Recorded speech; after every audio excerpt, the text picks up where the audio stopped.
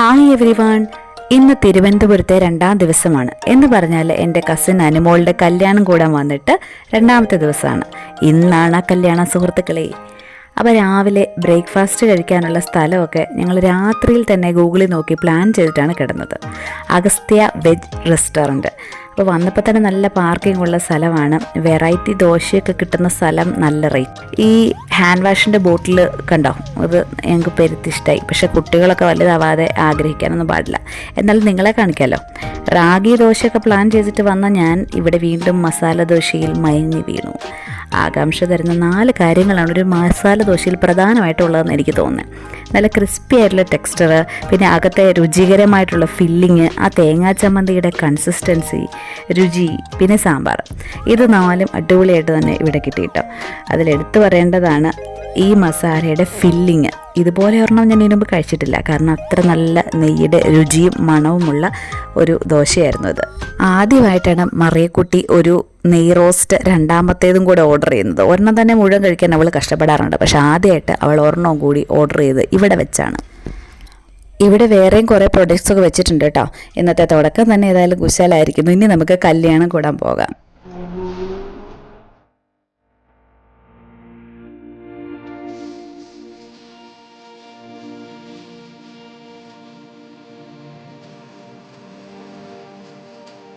കല്യാണത്തിൻ്റെ details separate ആയിട്ട് ഞാൻ ഓൾറെഡി യൂട്യൂബ് ചാനലിൽ ഇട്ടിട്ടുണ്ട്. അപ്പം ആ ലോങ് വീഡിയോ കണ്ടിട്ടില്ലാത്തവർക്ക് കയറി കാണണം കേട്ടോ. അപ്പോൾ ഇന്ന് നമ്മൾ സ്റ്റേ ചെയ്യുന്നത് സ്വദേശുമായി ഹോംസ് എന്ന് പറഞ്ഞ ഫ്ലാറ്റിലാണ് കേട്ടോ. ഇപ്പോൾ PWD റെസ്റ്റ് ഹൗസിൽ നിന്ന് നമ്മൾ വെക്കറ്റ് ചെയ്തിട്ടാണ് ഇങ്ങോട്ട് പോകുന്നേക്കുന്നത് കല്യാണം കൂടാൻ.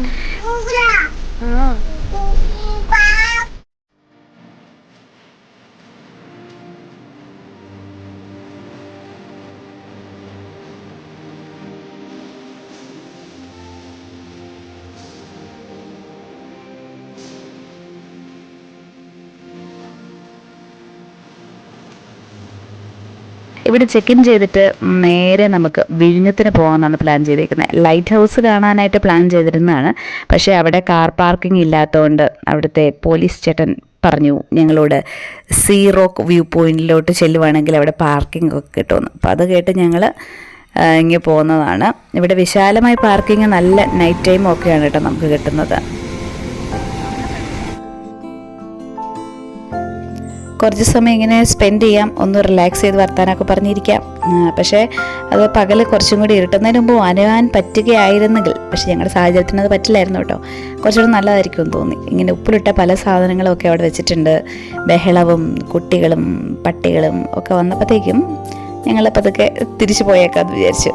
കുട്ടികൾ കല്ലറ ചില്ലറ സാധനങ്ങളൊക്കെ വാങ്ങിച്ചിട്ട് ഞങ്ങളിങ്ങനെ പോകാൻ നടക്കുമ്പോഴാണ് ദാ വരുന്നു നമ്മുടെ ബ്രൈഡിൻ്റെ പേരൻസും ബ്രദറും. ഞങ്ങൾ ഒട്ടും പ്ലാൻ ചെയ്തല്ല കേട്ടോ. ഇവിടെ വന്നപ്പോൾ ഞങ്ങൾ പോകാനായിട്ട് നടന്നപ്പോഴാണ് ഇവരെ കണ്ടത്. അപ്പം ഒരു കോയിൻസിഡൻസ് ആണ്. ഞങ്ങളങ്ങനെ ഫോട്ടോ ഒക്കെ എടുത്ത് ഞങ്ങളുടെ ഗ്രൂപ്പുകളിലൊക്കെ ഷെയർ ചെയ്തു. ഞങ്ങളിവിടെ വെച്ച് വീണ്ടും മീറ്റ് ചെയ്തിരിക്കുന്നു എന്നും പറഞ്ഞു. കാരണം കല്യാണം കൂടാൻ വന്ന പലരും പല സ്ഥലങ്ങളിലായിട്ട് സ്റ്റേ ഉണ്ട്. പലർക്കും പല പ്ലാനുകളൊക്കെയാണ്. അങ്ങനെ പോകുന്നു.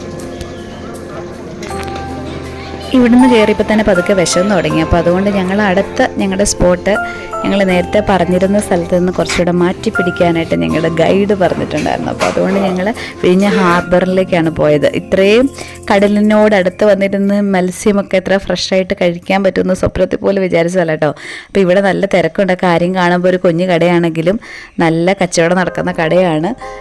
അപ്പം ഇവിടെ ഗ്രിൽഡ് ഫിഷാണ് ഇവിടുത്തെ ഒരു മെയിൻ ഐറ്റം. മുള്ളെല്ലാം മാറ്റി അവരിങ്ങനെ ചെരിച്ച് മീൻ വെട്ടി വെച്ചിരിക്കും, മസാലയൊക്കെ പറ്റി. ഇപ്പം നമ്മൾ പറയുന്ന മീൻ അതിൻ്റെ തൂക്കം ഒക്കെ നോക്കി റേറ്റ് അനുസരിച്ച് നമുക്ക് ഗ്രില്ല് ചെയ്ത് ഇവിടുന്ന് തരും.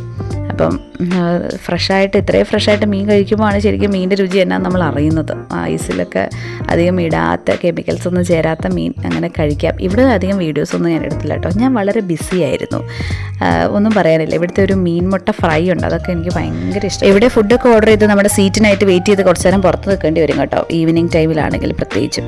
അപ്പോഴാണ് വീണ്ടും എൻ്റെ അമ്മാവൻ വരുന്നു, അമ്മാവനും കുടുംബവും. അപ്പം ഇവിടെ എത്തിയപ്പോഴത്തേക്ക് അവരുടെ ഡ്രൈവർ ഭയങ്കര ശരിയായിരുന്നു. കാരണം അദ്ദേഹം റിയലി സർപ്രൈസ്ഡായി ഞങ്ങളെ ഇവിടെ കണ്ടപ്പം. അവർ സജസ്റ്റ് ചെയ്ത പ്ലേസും ഞങ്ങൾ സജസ്റ്റ് ചെയ്ത് വന്ന പ്ലേസും കറക്റ്റ് സെയിം ആയിരുന്നു. ഞങ്ങൾ പ്ലാൻ ചെയ്തിട്ടല്ലായിരുന്നു കേട്ടോ. അപ്പം ഞങ്ങൾ ഫുഡൊക്കെ കഴിച്ചിറങ്ങി. നല്ല കുഞ്ഞ് പൊറോട്ടയും അപ്പവും ലൈവായിട്ട് പുട്ടുമൊക്കെ ഉണ്ട് ഇവിടെ. നല്ല രസമാണ് കേട്ടോ ഇവിടുത്തെ ഒരു ആംബിയൻസ്. ഒരിക്കലെങ്കിലും നിങ്ങൾ തിരുവനന്തപുരം വരുന്നുണ്ടെങ്കിൽ ഈ ഒരു പ്ലേസ് മിസ്സാക്കാതെ വന്ന് കഴിക്കണം കേട്ടോ. ഒരു വെറൈറ്റി എക്സ്പീരിയൻസ് ആണ് ഇവിടെ. കുഞ്ഞൊക്കെ ഉള്ളതുകൊണ്ട് അത്രയും നമുക്കങ്ങനെ അവൻ്റെ കാര്യങ്ങൾ നോക്കണം, അവൻ്റെ ഇഷ്ടമുള്ളത് അങ്ങനെ ഇത് ഫുഡ് ഫ്രീ ആയിട്ട് എൻജോയ് ചെയ്യാൻ പറ്റുമെന്ന് പറയത്തില്ല, എന്നാലും നല്ല ഭക്ഷണം തന്നെയാണ്, നല്ല രീതിയിൽ എൻജോയ് ചെയ്യുക.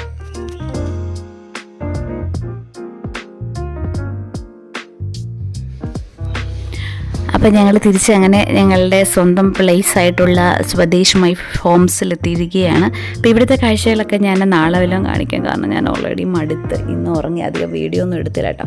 അപ്പോൾ അടുത്ത വീഡിയോയിൽ വീണ്ടും കാണാം. അതുവരെ bye, thank you for watching.